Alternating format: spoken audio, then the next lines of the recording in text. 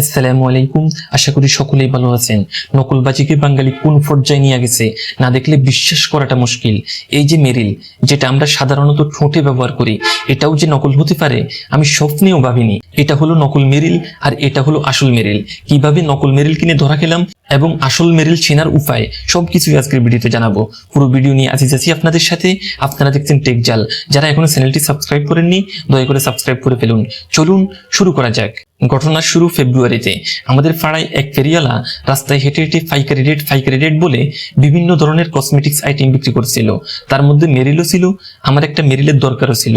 তার উপর পাইকারি রেট শুনে জিজ্ঞেস করলাম দাম কত। তিনি বললেন 30 টাকা। মূল্য লেখা আছে 65 টাকা। এর আগে মার্কেট থেকে যেটি নিয়েছিলাম সেটি দোকানদার আমার কাছ থেকে 60 টাকা দাম রেখেছিল। তাই খুশি মনে একটা নিয়ে নিলাম। আর আসার সময় এত দাম রাখার জন্য মনে মনে দোকানদারকে কিছু বকাঝকা করছিলাম। সবকিছু ঠিকঠাকই ছিল। কিছুটা ফানি লাগলেও এটাকে ফাত্তা না দিয়ে নিশ্চিন্তে ব্যবহার করছিলাম, কারণ এটাও যে নকল হতে পারে তা মাথাতেই আসেনি। কিন্তু বিপত্তিবাদে গত কিছুদিন আগে অবসর সময়ে টেবিলে থাকা এটা ওটা নিয়ে ঘাটাঘাটির মাঝে হঠাৎ নজরে আসে এটাতে থাকা কিউআর কোডটা। কৌতূহলবশত এটা স্ক্যান করি এবং অবাক হয়ে যাই। আপনাদেরও স্ক্যান করে দেখাচ্ছি এবং দোকান থেকে আনা একটা আসল মেরিলও আপনাদের স্ক্যান করে দেখাচ্ছি, তাহলে আপনারা পার্থক্যটা বুঝতে পারবেন। প্রথমে দোকান থেকে আনা আসল মেরিলটা স্ক্যান করছি। স্ক্যান করলে একটা লিঙ্ক পাওয়া যাচ্ছে। লিঙ্কে ক্লিক করে দেখে কি আসে। দেখুন মেরিলের ওয়েবসাইট চলে আসছে। এবার ফেরিওয়ালা থেকে কেনা মেরিল স্ক্যান করে দেখা যাক। দেখুন স্ক্যান করার পরে কি আসে।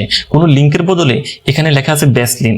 ব্যাসলিন লেখাতে কোনো সমস্যা হতো না যদি এটা ব্যাসলিনই হতো, কিন্তু এটা তো মেরিল, এখানে কেন ব্যাসলিন লেখা থাকবে? সবচেয়ে গুরুত্বপূর্ণ বিষয় হলো অরিজিনাল মেরিল চেনার উপায় কি। অরিজিনাল মেরিল চেনার জন্য 3টি জিনিসের উপর নজর রাখতে হবে। একে তো কিউআর কোড স্ক্যান করে দেখে নেবেন। দ্বিতীয়ত মেরিল তৈরি করে স্কয়ার কোম্পানি, তাদের নাম এবং লোগো আছে কিনা সেটি দেখে নেবেন। এই যে দেখুন আসল মেরিলের তলায় স্কয়ারের নাম এবং লোগো দেয়া আছে।